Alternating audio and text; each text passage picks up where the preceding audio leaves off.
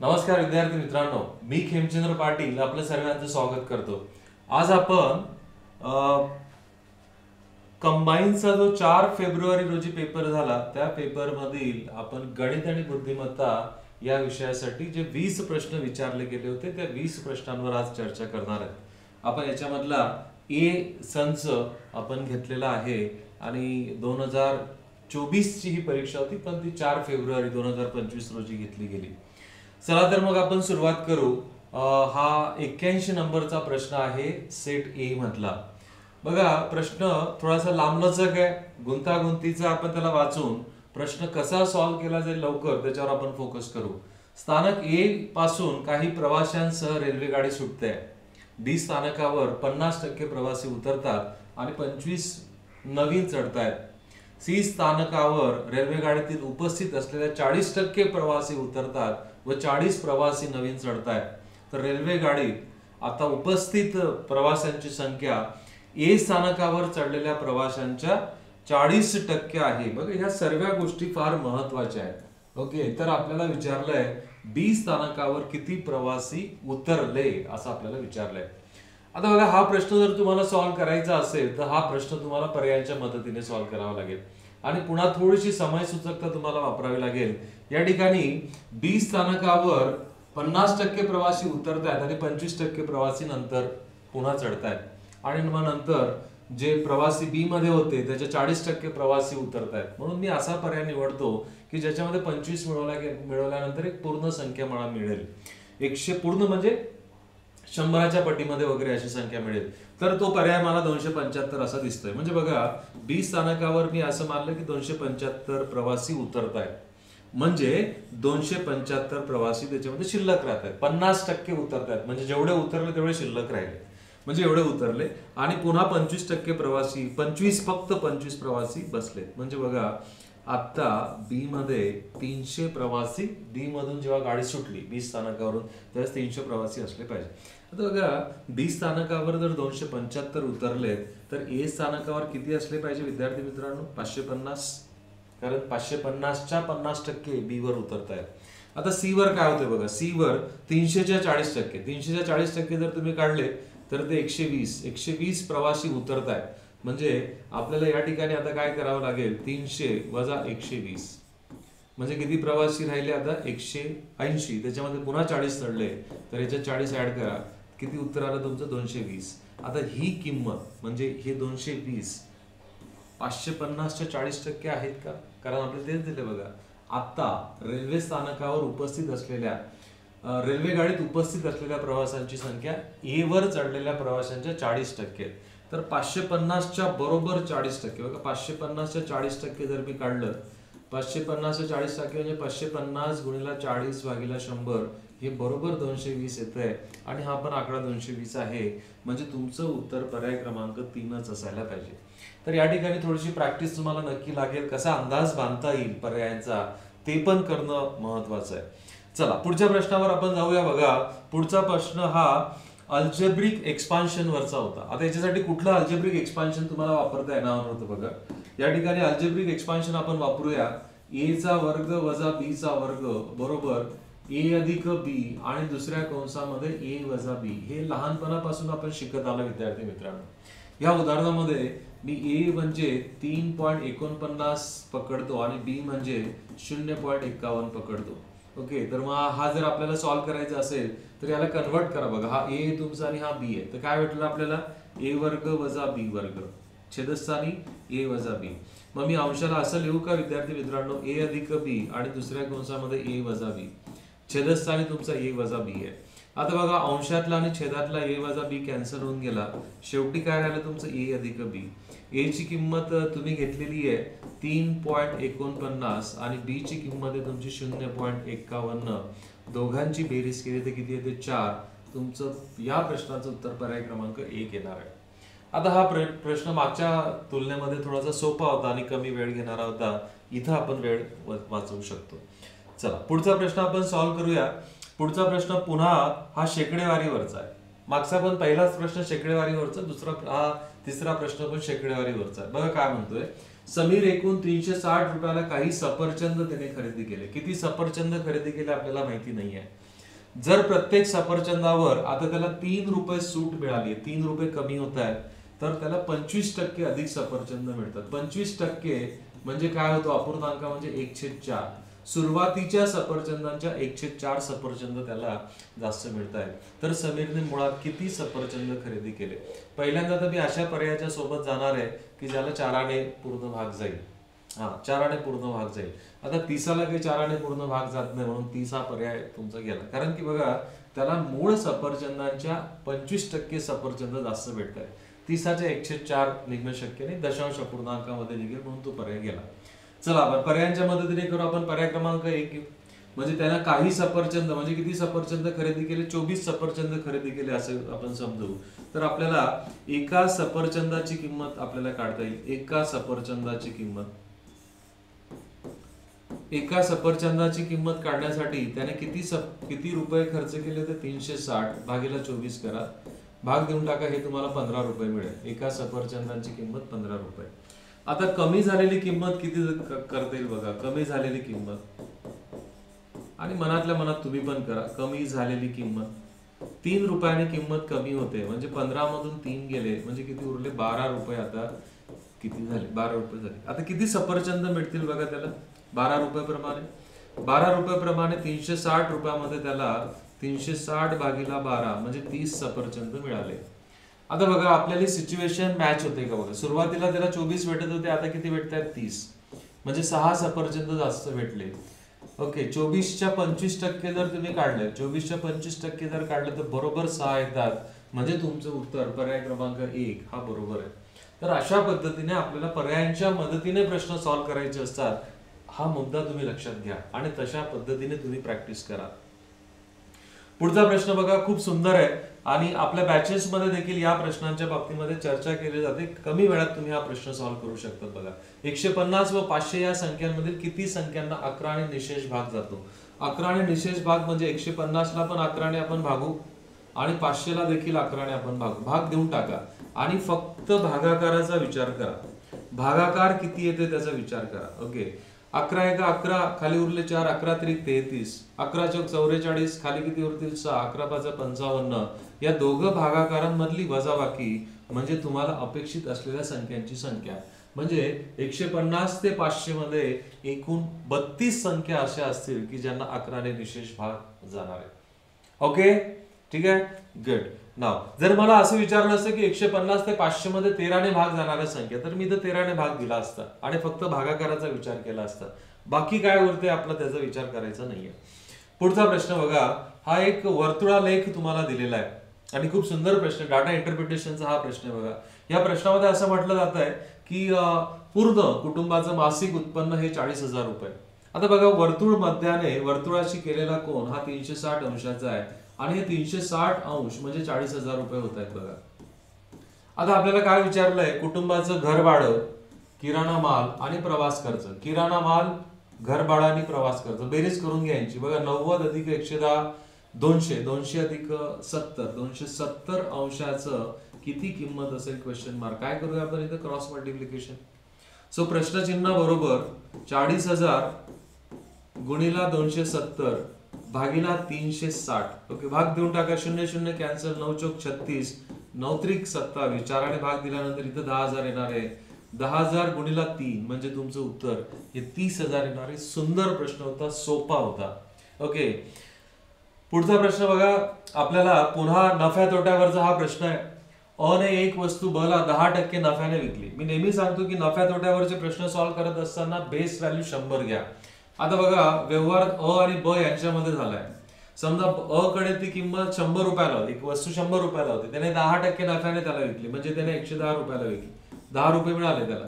Okay, आता ब ने तीच वस्तू आला परत 10% तोट्याने दिली. म्हणजे बघा, आता ब कडे 110 रुपये, याचे 10% म्हणजे किती? 11. याचे 10% म्हणजे 11. 11ने कमी करा म्हणजे याला 99 ला भेटली. म्हणजे पुन्हा अजून त्याला 1 रुपया इथं जास्त भेटतोय. 100 रुपयाची वस्तू त्याला 99 मध्ये भेटून गेली. तर हा सर्व अ चा नफा झाला. तर अ ला एकूण किती टक्के नफा होईल? अ ला 11% नफा झाला. तर तुमचं उत्तर प्रश्न पर्याय क्रमांक तुमचा 2 त्या ठिकाणी असणार. तर हा चांगला प्रश्न आहे बघा विद्यार्थी मित्रांनो. तुम्हाला कन्फ्युज करणारे पर्याय देखील दिलेले आहेत, चुकीचे पर्यायांमध्ये दिलेले असतात. नाव पुढचा प्रश्न हा हा भूमितीवरचा आहे. ओके, म्हणजे भूमितीमधले काही सूत्र तुम्हाला माहिती पाहिजे. बघा 18 मीटर लांब आणि 12 मीटर रुंद असलेली जागा आहे. ओके, जागा आपल्याला दिलेली आहे, अशा प्रकारची जागा आहे. ओके, 18 मीटर लांब आहे आणि 12 मीटर रुंद आहे आणि त्याच्यामध्ये 30-30 सेंटीमीटरच्या आपल्याला अशा फरशा बसवायच्या आहेत आणि फरशा चौरस आकृती आहे. ओके, फरशा चौरस आकृती आहेत. म्हणून आपल्याला फरशांची संख्या काढण्यासाठी काय करावं लागणार आहे बघा. जागेचं क्षेत्रफळ 18 गुणिला 100 आणि 12 गुणिला 100. मी असं 100 का गुणलंय बघा, कारण की हे मीटर मध्ये दिलेलं आहे.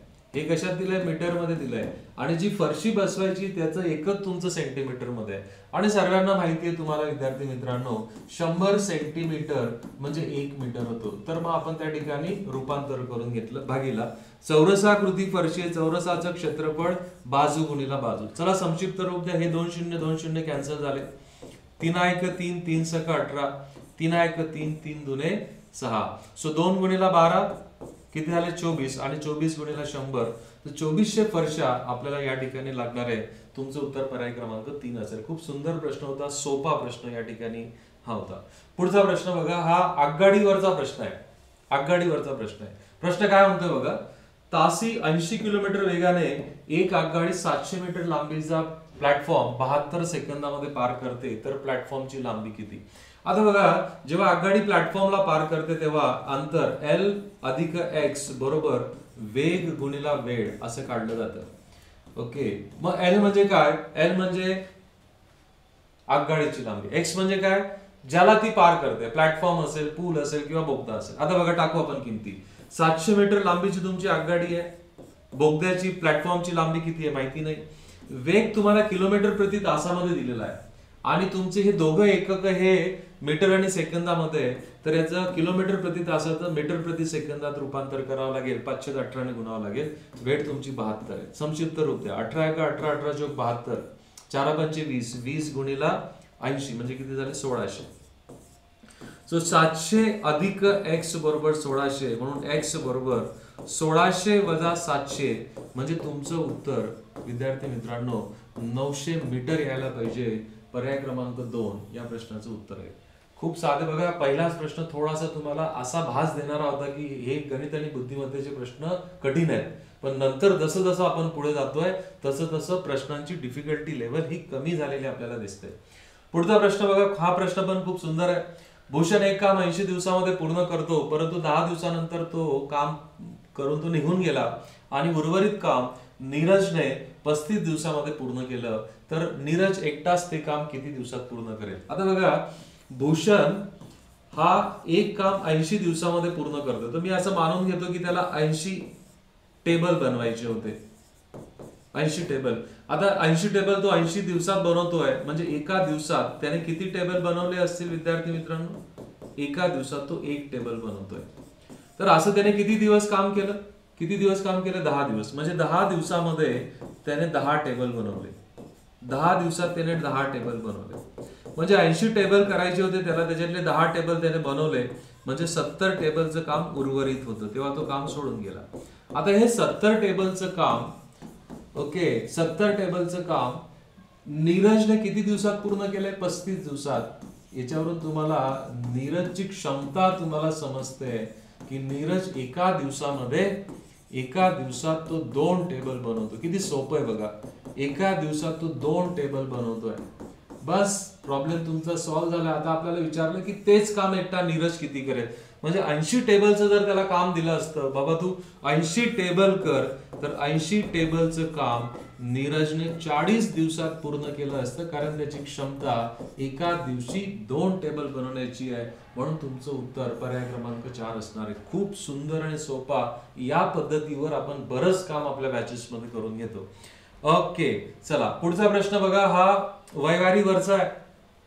5 वर्षापूर्वी रेखा आणि नेहा यांच्या वयांची सरासरी ही 34 वर्ष होती. आज रेखा, नेहा, नीरज यांचे सरासरी वय 33 वर्ष आहे, तर 10 वर्षानंतर नीरजचे वय किती असेल? आता बघा, 5 वर्षापूर्वी यांची सरासरी किती होती? 34 होती. तर त्यांची आजची सरासरी सर्वांना आपण आजवर घेऊन येऊ. तर आपल्याला असं म्हणता येईल बघा, रेखा अधिक नेहा यांचे आजचे सरासरी वय त्याच्यामध्ये 5 मिळवले जातील, कारण 5 वर्षापूर्वी ती 34 होती, तर आजचं होईल 39 आणि 2 व्यक्ती म्हणून 2 ने गुणून टाकू, यांची टोटल 78 आली. नंतर आज बघा, रेखा नंतर नेहा आणि नीरज अधिक नीरज यांची किती वर्षांपूर्वीची दिली आहे तुम्हाला सरासरी, आजची दिलेली. ओके, 33 गुणिला 3 करून टाका, 33 त्रिक 99. आता या दोघं समीकरणांची जर वजाबाकी जर आपण करून टाकली तर आपल्याला रेखा रेखा आणि नेहा कॅन्सल होऊन जाईल. आपल्याला इथं नीरजचं वय मिळतंय विद्यार्थी मित्रांनो, नीरजचं वय हे 21 वर्ष मिळालं. नीरजचं वय आपल्याला 21 वर्ष आजच मिळालं. आपल्याला 10 वर्षानंतर नीरजचे वय काय होईल ते विचारलंय. 10 वर्षानंतर 21 मध्ये आपल्याला किती मिळवावे लागतील, 10. हे होईल 10 वर्षानंतर. 10 वर्षानंतर नीरजचे वय हे 31 वर्ष त्या ठिकाणी होणार आहे. अगदी सोपा प्रश्न होता, साधा गुणाकार, वजाबाकी आणि बेरीज तुम्हाला करायची होती. पुढचा प्रश्न बघा, हा काम काढ वेगवरचा प्रश्न आहे. दुसरा प्रश्न याच्यामध्ये विचारला गेला आणि अशा प्रकारचे प्रश्न मागच्या याच्यामध्ये विचारलेले आहेत. ह्या परीक्षेच्या अगोदर मी काही व्हिडिओज अपलोड केलेले होते, त्याच्यामध्ये अशा प्रकारचे मी प्रश्न घेतले होते. आता बघा, हा प्रश्न सॉल्व्ह करताना आपल्याला M1 D1 upon W1 is equal to M2 D2 upon W2 अशा प्रकारचा फॉर्म्युला वापरावा लागेल. M1 म्हणजे काय, किती मजूर काम करतायत, 6 मजूर काम करतायत. किती दिवस, 4 दिवस काम करतायत. किती विटा बनवतायत, 9600. म्हणजे W म्हणजे काम करतात, ते किती काम करतायत. आता आपल्याला काय म्हटलंय की तर 18 मजूर किती दिवसात, 2 दिवसात किती विटा बनवतील, W2 माहिती नाही. चला संक्षिप्त रूप द्या. बे 2 4, 3 1 6 1 6, 7 3 18. मग आता W2 बरोबर काय होऊन जाईल बघा. आता हा इकडे घेऊन जा, 3 गुणिला 9600 भागिला 2, सो 3 गुणिला 4800, सो 48 त्रिक 144 होतात. सो तुमचं उत्तर 14,400. तुमचं उत्तर पर्याय क्रमांक 4 या ठिकाणी येणार आहे. खूप सुंदर प्रश्न आहे. मी तुम्हाला मागच्या वेळेस पण बोललो होतो, व्हिडिओज मध्ये म्हटलं तर बघा की हे जे अंकच्या स्वरूपात न देता ते शब्दाच्या स्वरूपात दिलं जातं 2 दिवसात. हे जर तुम्ही वाचायला सुटलं तुमच्याकडून तर प्रश्न सॉल्व्ह होणार नाही. ओके, पुढचा प्रश्न बघा, पुन्हा आगगाडीवरचा प्रश्न आहे आणि आगगाडीवरचा दुसरा प्रश्न आहे. 54 किलोमीटर वेगाने धावणारी ट्रेन आगगाडी 9 तास 9 सेकंदात एक टेलिग्राफ पोल पार करते, तर तिची लांबी किती. आपल्याला सर्वांना माहिती आहे, टेलिग्राफ पोल जेव्हा पार करते तेव्हा आगगाडीची लांबी म्हणजेच कापलेलं अंतर आहे. म्हणजे अंतर म्हणजेच आगगाडीची लांबी. आणि ते अंतर कसं काढतो आपण, अंतर बरोबर वेग गुणिला वेळ, कारण ती कोणाला पार करते, टेलिग्राफ पोस्टला. ओके, सो वेग तुमचा आहे 54, त्याला किलोमीटर प्रति तासाचं मीटर प्रति सेकंदात रूपांतर करा आणि किती वेळ लागतोय, 9. भाग द्या, 9 1 9, 9 2 18, बे 1 बे हा किती आला 27, 27 5 किती होतील 135. सो तुमचं उत्तर 135 मीटर येणार आहे. पर्याय क्रमांक 3 ह्या तुमचं या प्रश्नाचं उत्तर असणार आहे. प्रश्न खूप सोपा होता. आगगाडीच्या दोघं प्रकारांवर प्रश्न विचारला गेलेला आहे ह्या प्रश्नपत्रिकेत. चला पुढच्या श्रेणीत येणारी बघा, संख्यामाला पूर्ण करा हा प्रश्न आहे. ओके, म्हणजे बघा मी पुन्हा सांगतोय, जसं जसं आपण पुढे जातोय तसं तसं आपल्याला प्रश्नांची डिफिकल्टी लेवल कमी झालेली दिसते. 3 6 कितीची वाढ झाली आहे, कितीची वाढ झाली आहे, 3 ची वाढ झाली. 3 नंतर आता 6 नंतर 11 म्हणजे 5 ची वाढ झाली. त्याच्यानंतर बघा 18, तर कितीची वाढ झाली, 7 ची वाढ झाली. 3 5 7. आता आपण या ठिकाणी 9 ऍड करू बघा, कारण या मूळ संख्या आहेत, सॉरी मूळ संख्या नाही विषम संख्या आहेत. 2 राहिली असते तर मूळ संख्या म्हटलं असतं आपण. 18 मध्ये 9 मिळाले तर 27 तुमचं उत्तर येणार आहे. फार साधा प्रश्न होता, सहज तुम्हाला या ठिकाणी मार्क मिळू शकत होता. पुढचा प्रश्न बघा, हा दिशाज्ञानावरचा प्रश्न आहे. हमखास विचारला जाणारा प्रश्न, मी पुन्हा पुन्हा सांगत असतो माझ्या सर्व व्हिडिओज मध्ये. बघा, अमर त्याच्या घरापासून पश्चिमेकडे 4 किलोमीटर चालत गेला. म्हणजे समजा अमरचं हे त्याचं घर आहे आणि त्याच्या घराकडून तो पश्चिमेकडे 4 किलोमीटर चालत गेला. हे 4 किलोमीटर अंतर. एक आकृती काढू बघा आपण. आणि तिथून तो 2 किलोमीटर उत्तरेकडे बँकेमध्ये गेला. 2 किलोमीटर उत्तरेमध्ये बँक, म्हणजे इथं बँक आहे, इथं बँक आली. ओके, इथं बँक आली. ओके, बँकेतून पैसे काढल्यानंतर अमर पूर्वेकडे 4 किलोमीटर गेला. म्हणजे पूर्वेकडे 4 किलोमीटर, पुन्हा हे अंतर, हे 4 किलोमीटर अंतर आहे. ओके, हे 2 किलोमीटर होतं. ओके, असलेल्या भरतच्या घरी गेला. इथं भरत पोहोचला, भरतचे घर.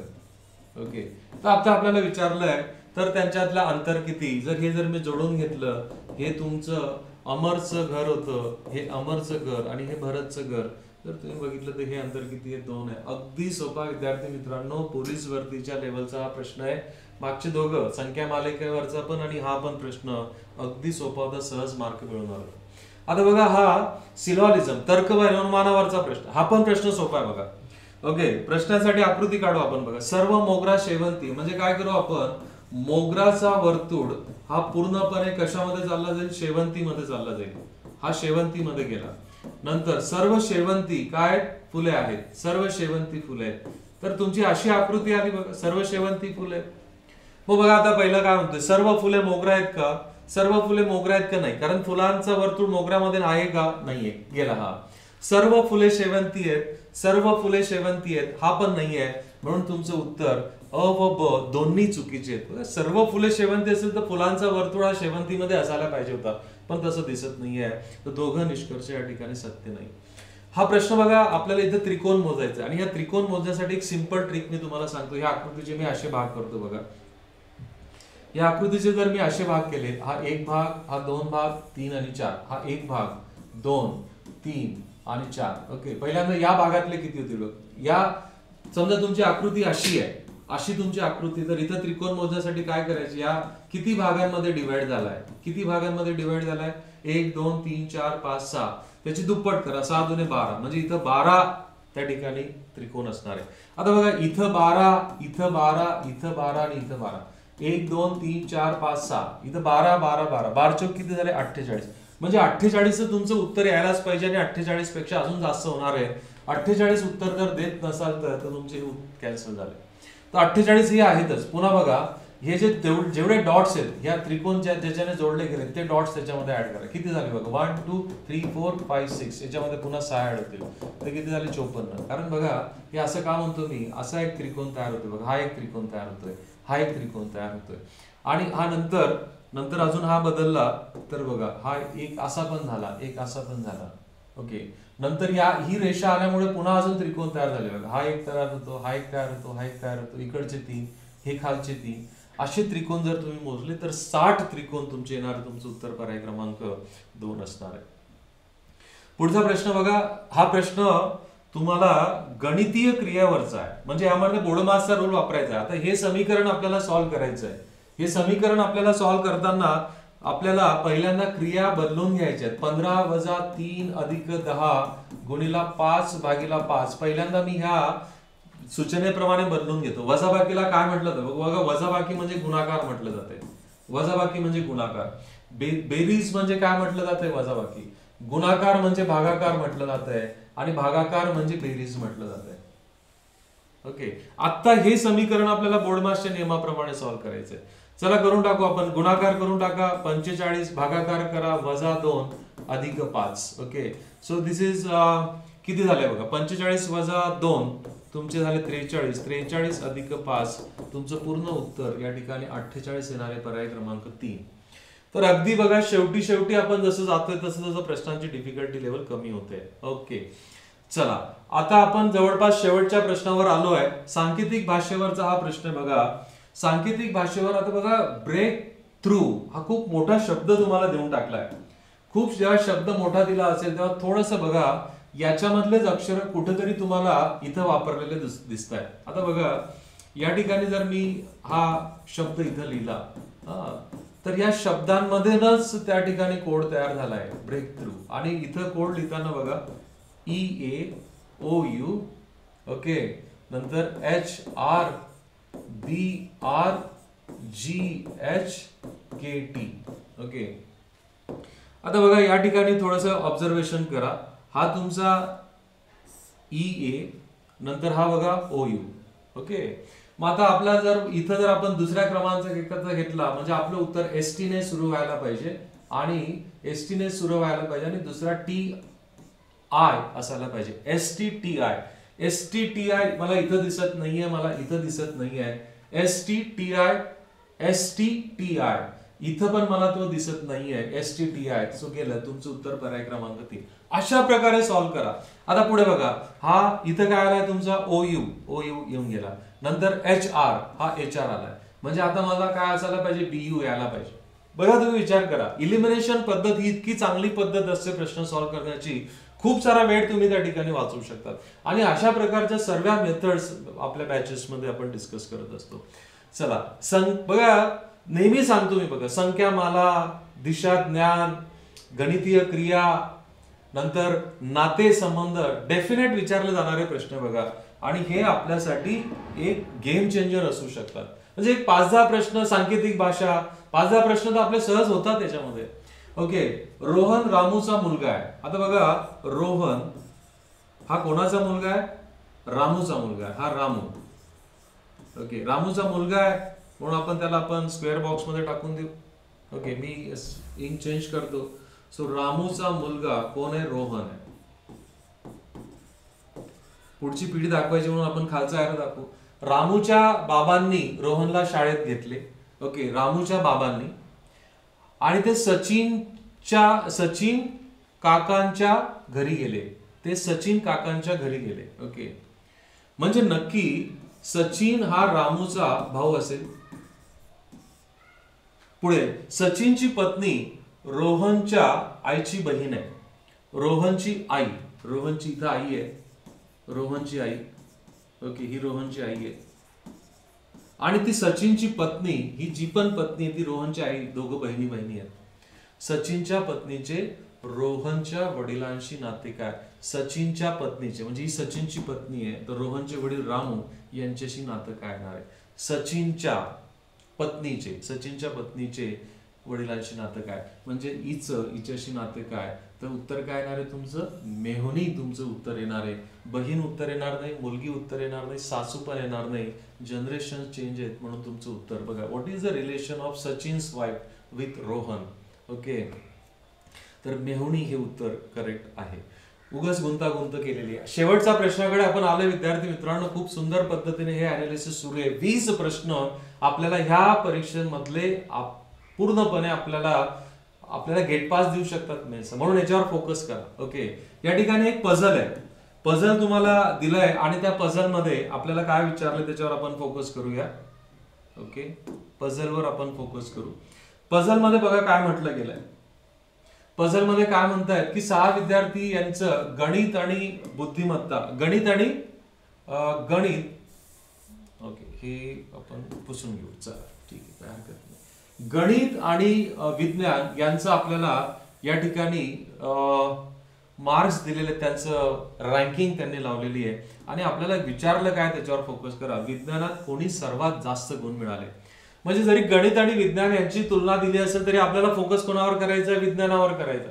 म्हणून मी नेहमी सांगतो की तुम्ही एमपीएससीची प्रश्नपत्रिका सॉल्व्ह करत असाल तर पझलच्या वेळेस पहिल्यांदा प्रश्न वाचून घ्या, विज्ञानावर फोकस करू. बघा, अ चे गणितातले गुण सी च्या अगदी वर आहेत, बरं ठीक आहे, आणि विज्ञानातील गुण एफ च्या अगदी वर आहेत. म्हणजे ए चे गुण एफ च्या अगदी वर आहे. मी फक्त विज्ञानाचीच रँकिंग करतोय. ए चे गुण, विज्ञानातील गुण एफ च्या अगदी वर आहे. ओके, किंवा असं लिहू आपण, अगदी वर आहेत म्हणजे अगदी वर. पुढे, बी हा सी च्या अगदी वर आहे. ओके, बी हा कोणाच्या अगदी वर आहे, सी च्या अगदी वर आहे. व्हेरी गुड, आपण विज्ञानाचाच विचार करणार आहे. नाव एफ ने विज्ञानात डी आणि ई पेक्षा जास्त गुण मिळवले. एफ ने डी आणि ई पेक्षा जास्त गुण मिळवले. म्हणजे आपल्याला या ठिकाणी रँकिंग हे अशी 2 पद्धतीची येऊ शकते. अजून आपल्याला डी आणि ई च्या बाबतीत काही माहिती नाही. ओके फाईन, पुढे जाऊ द्या, कारण पुढची माहिती गणिताच्या संबंधित आहे. गणितात सी आणि डी यांच्यामध्ये कोणी नाही, आणि विज्ञानात सी आणि ए यांच्यामध्ये कोणी नाही. सी आणि ए यांच्यामध्ये कोणी नाही म्हणजे नक्की सी इथे यायला पाहिजे आणि बी इथे येईल. इथं सी आणि इथं बी येईल. ओके, किती व्यक्ती झाल्या, 1 2 3 4 5 6, 6 झाल्या. आपल्याला काय विचारलंय, गणित विज्ञानात सर्वात जास्त गुण कोणाला मिळाले. दोघं सिच्युएशन मध्ये आपल्याला काय दिसतंय, विज्ञानात सर्वात जास्त गुण हे बी ला मिळाले. तर तुमचं उत्तर ह्या प्रश्नाचं बी असणार आहे. तर अशा प्रकारे विद्यार्थी मित्रांनो, आपण हे 4 फेब्रुवारी 2025 रोजी जो कंबाईनचा पेपर झाला त्याच्या 20 प्रश्नांचा आपण अनालिसिस केलं. मागच्या या पेपर होण्याच्या अगोदर देखील बरेच व्हिडिओ मी अपलोड केलेले होते आणि तेव्हा सांगितलं होतं की याच धर्तीवर तुम्हाला प्रश्न विचारले जाईल. कमीत कमी 60 ते 70% पाठ जसाच्या तसा रिपीट झालेला आहे.